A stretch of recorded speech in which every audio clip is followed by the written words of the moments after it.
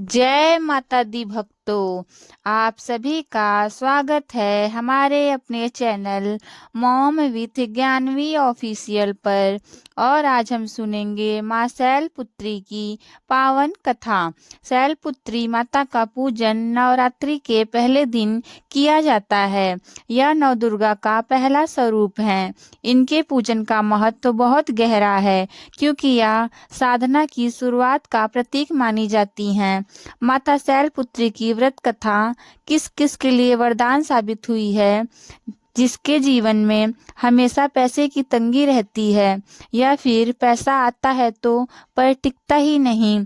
जिनके घर में हर दिन कोई न कोई कलह या बेचैनी बनी रहती है। और हाँ, जिनकी मेहनत तो बहुत है पर किस्मत उनका साथ नहीं देती। ऐसी स्थिति में भक्त यदि माँ शैलपुत्री को सच्चे दिल से याद करें, व्रत करें या कथा को श्रद्धा भाव से सुने तो माँ शैलपुत्री अवश्य अपनी असीम कृपा बरसाती है। तो प्रिय भक्तों, कथा को अंत तक अवश्य सुने। माता शैलपुत्री की कृपा प्राप्त करने के लिए कमेंट में जय माँ शैलपुत्री अवश्य लिखें। अब प्रारंभ करते हैं माँ शैलपुत्री की पावन कथा। बहुत समय पहले की बात है। भारतवर्ष के एक छोटे से गांव में, जिसका नाम शांतिपुर था, शांतिपुर के गांव में माधव नाम का एक साधु निवास करता था। शांतिपुर बेशक नाम का शांतिपुर था, पर माधव के जीवन में शांति का नामो निशान तक न था। उसका घर एक झोपड़ी थी, जिसकी छत बारिश में टपकती और सर्दियों में हवा का सामना न कर पाती। माधव एक खेतीहर मजदूर था, जिसकी कमाई इतनी कम थी कि वो 2 वक्त की रोटी भी बड़ी मुश्किल से मिल पाती थी। उसकी बूढ़ी माँ, जो हमेशा से बीमार रहती थी, और 2 छोटे बच्चे, जिनकी आंखों में हमेशा भूख और मासूमियत का मिला जुला भाव रहता था, ये ही उसका संसार थे। माधव का जीवन कष्टों से भरा था, मानो हर सुबह एक नई चुनौती लेकर आती हो, हर शाम एक नई चिंता छोड़ जाती हो। परंतु इन सब के बावजूद माधव के हृदय में एक अखंड ज्योति जल रही थी, उसके अटूट विश्वास की ज्योति। वह परम माँ भगवती का भक्त था। उसे दृढ़ विश्वास था कि एक दिन उसकी माँ अपने बच्चों पर अवश्य ही दया करेगी। इस साल जब नवरात्रि का पावन पर्व समीप आया तो माधव ने एक कठोर निर्णय लिया। उसने अपनी पत्नी राधा से कहा, राधा, इस बार मैं माँ शैलपुत्री के 9 दिनों की अखंड उपवास रखूंगा। राधा, जिसका चेहरा स्वयं कष्टों की एक लंबी कथा कहता था, वह चिंतित हो उठी। परंतु स्वामी, आपके शरीर में पहले ही कितनी दुर्बलता है। आप दिन भर खेतों में काम करते हैं, और जो थोड़ा बहुत भोजन मिलता है उससे भी आपका पेट नहीं भरता।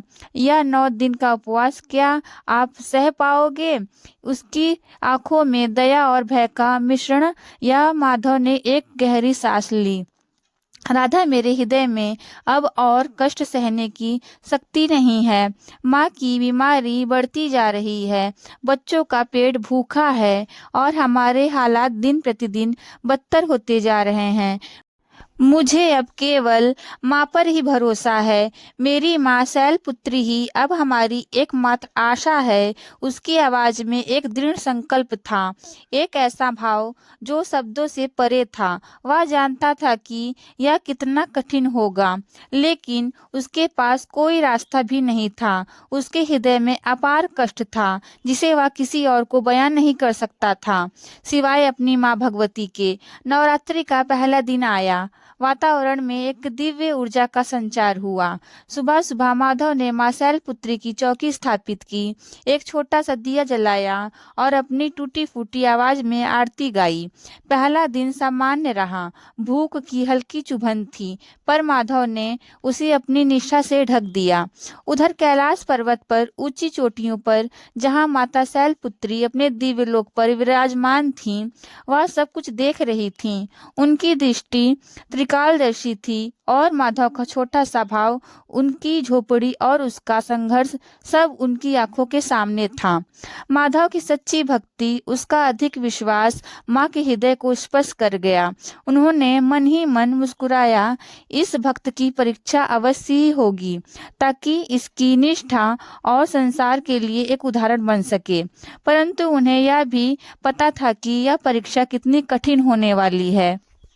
दूसरा और तीसरा दिन भी बीत गया। माधव के शरीर में अब दुर्बलता बढ़ने लगी। उसके पेट में भूख की आग तेज हो गई, लेकिन वह अपने होठों पर राम नाम का जाप और माँ का स्मरण बनाए रखता था। काम पर जाना उसके लिए लगभग असंभव हो चुका था। फिर भी माँ खेतों में जाता ताकि उसके परिवार के कम से कम मजदूरी तो मिल सके। उसका शरीर कांप रहा था, पर उसकी आत्मा अटल थी। चौथे दिन सबसे पहला कष्ट सामने आया। उसकी बूढ़ी माँ की सांसें अचानक से तेज हो गईं। उन्हें तेज बुखार चढ़ गया। माधव घबरा गया। गांव का वैद्य आया और उसने सिर हिलाकर कहा, माधव, इनकी स्थिति बहुत ही नाजुक है। इन्हीं अच्छी दवाइयों की जरूरत है, जो गांव में नहीं मिलेंगी, शहर से मंगवानी होंगी और वह बहुत महंगी आएंगी। यह सुनकर माधव के ऊपर मानो पहाड़ टूट गया हो। पैसों का तो नामो निशान भी न था। उसके दिल में एक भयानक दर्द उठने लगा। एक और माँ का उपवास, दूसरी ओर माँ की बिगड़ती हालत। हृदय में अपार कष्ट था, जिसे वह किसी को बता भी नहीं सकता था। वह बस माँ शैलपुत्री की तस्वीर के सामने बैठ गया और रोने लगा। हे माँ, यह कैसी परीक्षा है मेरी। माँ को बचाओ। माँ शैलपुत्री अपने लोक में यह सब देख रही थी। माधव के आंखों में बहते आंसू, उसकी माँ की पीड़ा, उसके बच्चों की मासूम भूख, यह सब देखकर कभी कभी उसकी आंखों में देखते हुए आंखों में पानी आ जाता। उसका हृदय माँ का था और वह कैसे अपने बच्चों को इतना कष्ट में देख सकती थी, पर उनको विधि के विधान में बंधना था। एक सच्चे भक्त को उसकी चरम सीमा तक परखना था, ताकि उसकी तपस्या का मोल स्थापित हो सके। उनका दिल कठोर हो चुका था, पर यह कठोरता सिर्फ परीक्षा के नियत के कारण थी। भीतर ही भीतर उनकी ममता प्रबल थी। माता शैलपुत्री विधि के विधान में बंधी थी और वह जानती थी कि इस सब का एक महान उद्देश्य है। पांचवें और छठवें दिन विपदाएं एक के बाद एक टूट पड़ी। गांव में अचानक सूखा पड़ गया। माधव जिस खेत में मजदूरी करता था, वहां का मालिक कहने लगा कि अब काम नहीं मिलेगा, क्योंकि फसलें सूख गई हैं। माधव और राधा के पास जो कुछ थोड़ा बहुत अनाज बचा था, वह भी खत्म होने लगा। बच्चे भूख से बिलखते और माधव उन्हें दिलासा देने की कोशिश करता, पर उसके खुद के पेट से आग लगी हुई थी। वह पानी पी पी कर दिन गुजारता रहा। उसकी टांगों में इतनी कमजोरी आ गई थी कि वह मुश्किल से चल पाता था। लोग उसे देखकर चेतावनियां देने लगे, माधव, यह उपवास छोड़ दो, पहले अपने परिवार को देखो, माँ की जान बचाओ, भगवान ऐसे कष्ट नहीं देते। एक पड़ोसी ने तो कहा, माधव, तुम यह क्या कर रहे हो। देवी देवता भी प्रसन्न होते हैं जब हम अपना कर्तव्य निभाते हैं। तुम्हारी माँ बीमार है, बच्चे भूखे हैं और तुम यहाँ तपस्या में लीन हो। यह कैसी भक्ति है। यह शब्द माधव के हृदय को चीर गए। उसने किसी से बहस नहीं की, बस नम आंखों से अपनी माँ की तस्वीर देखी और अपने मन में कहा, माँ, यह लोग नहीं जानते, मेरा कर्तव्य सिर्फ तुम्हारे चरणों में है। मेरा कर्तव्य तुम्हारी पुकार सुनना है। सातवां और आठवां दिन माधव के जीवन के सबसे कठिन दिन में उसकी माँ की हालत इतनी बिगड़ चुकी थी कि उन्होंने बोलना भी बंद कर दिया था। राधा ने रोते हुए माधव से कहा, स्वामी, शायद माँ हमें छोड़कर जा रही हैं। कुछ तो करो, हमें उपवास तोड़ना होगा, हमें शहर जाना होगा। माधव का हृदय टुकड़े टुकड़े हो रहा था। यह अपार कष्ट था, जिसके सामने मृत्यु भी फीकी पड़ रही थी। एक तरफ माँ का उपवास, दूसरी तरफ जन्म देने वाली माँ की मृत्यु।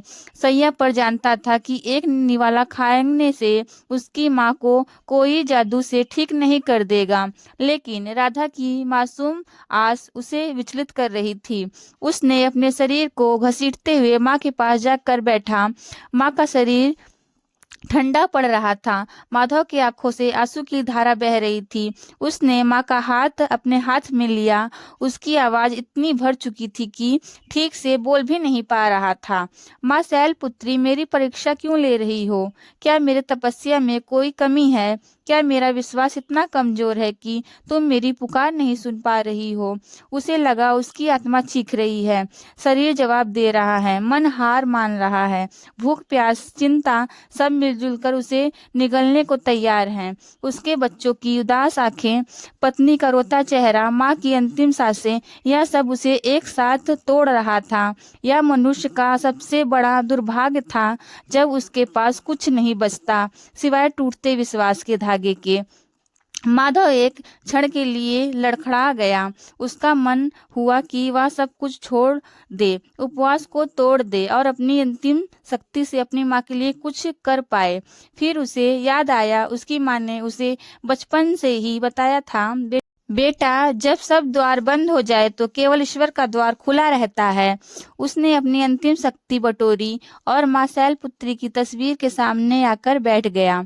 उसके होठ फड़फड़ा रहे थे। माँ, मुझे क्षमा करना, मेरा विश्वास डगमगा रहा था।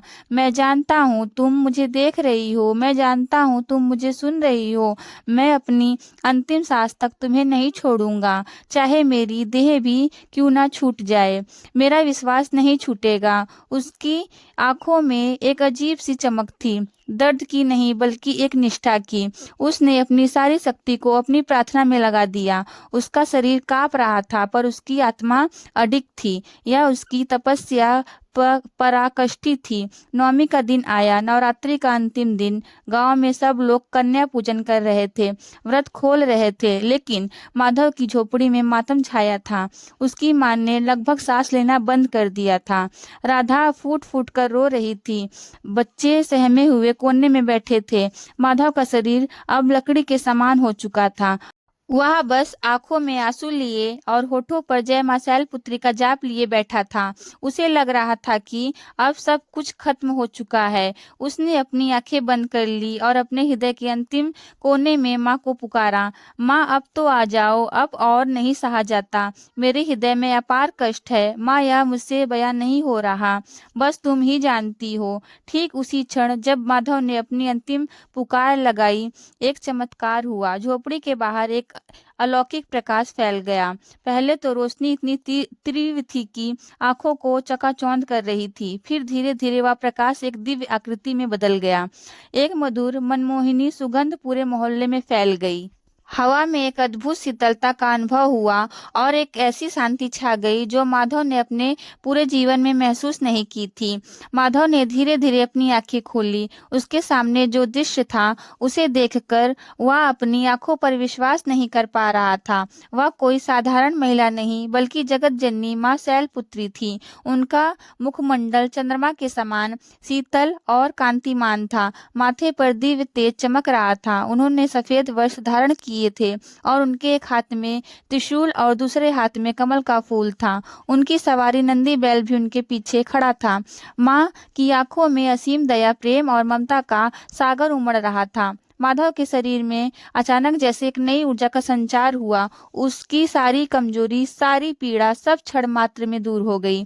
वह अपने घुटनों पर गिर पड़ा और उसके मुंह में अनायास ही निकली, माँ। उसकी आवाज में सदियों की प्रतीक्षा, सदियों का प्रेम और सदियों का विश्वास समाया हुआ था। उसकी आंखों में खुशी के आंसू बहने लगे जो उसकी सूखी आंखों से अब तक नहीं बह पाए थे। राधा और बच्चे भी यह दृश्य देखकर भयभीत और श्रद्धा से भर उठे थे। माँ शैलपुत्री अपनी मधुर अमृतवाणी से कही, उठो मेरे पुत्र माधव, मैं तुम्हारी तपस्या से अत्यंत प्रसन्न हूँ। मैंने तुम्हारी परीक्षा ली और तुम उसमें खरे उतरे। तुम्हारा विश्वास अटूट था, तुम्हारी श्रद्धा अनुपम है और तुम्हारी निष्ठा अद्वितीय है। मैंने तुम्हारे अपार कष्ट को देखा है और हर क्षण तुम्हारे हृदय में उठते भाव को भी महसूस किया है। तुम्हारी माँ की आंखों में भरते पानी को मैंने अपनी आंखों में महसूस किया है। माँ की आंखों में अभी भी ममता का सागर था। उन्होंने अपनी कठोरता का रहस्य खोला। पुत्र, मुझे विधि के विधान के अनुसार तुम्हारी परीक्षा लेनी पड़ी थी। बिना अग्नि परीक्षा के कुंदन कहाँ बनता है? तुम कुंदन से भी बढ़कर हो। मैंने तुम्हें हर पल देखा है, हर पल तुम्हारे साथ थी। जब तुम्हारी माँ की सांसें थमी थी तब भी मेरी शक्ति उनके शरीर में प्राणवायु का संचार कर रही थी। माधव अवाक था। उसकी आंखों में आंसुओं की धारा रुकने का नाम ही नहीं ले रही थी। वह बस माँ के चरणों में लिपटा रहा। माँ ने फिर कहा, मांगो, तुम्हें क्या चाहिए? तुम्हारी हर मनोकामना आज पूर्ण होगी। माधव ने अपना सिर उठाया। उसके चेहरे पर अब कोई पीड़ा नहीं थी, केवल असीम शांति और कृतज्ञता थी। उसने कहा, माँ, मुझे धन दौलत नहीं चाहिए, मुझे राजपाट नहीं चाहिए, मुझे बस आपकी कृपा चाहिए। मेरी माँ स्वस्थ हो जाए, मेरे बच्चों को कभी भूखा ना सोना पड़े और मेरा परिवार सुख शांति से रहे। और हाँ माँ, इस संसार में जितने भी मनुष्य अपने कष्टों से जूझ रहे हैं, उन सब पर अपनी दया बरसाएं। उन्हें भी विश्वास, धैर्य और निष्ठा का महत्व पता चले, ताकि वे भी अपने जीवन में सुख शांति प्राप्त कर सके। उसके आवाज में मनुष्यों का कल्याण निहित था। माँ शैलपुत्री मुस्कुराई। तथास्तु मेरे पुत्र, तुम्हारी हर मनोकामना पूर्ण होगी। तुम्हारी माँ पूर्ण रूप से स्वस्थ हो जाएगी। तुम्हारे बच्चे कभी भूखे नहीं रहेंगे और तुम्हारे घर में सदैव सुख समृद्धि का वास रहेगा। और जो तुमने जग कल्याण की बात कही है, वह तुम्हारी सबसे बड़ी भक्ति है। तुम्हारी यह कथा युगों युग तक मनुष्यों का मार्गदर्शन करेगी।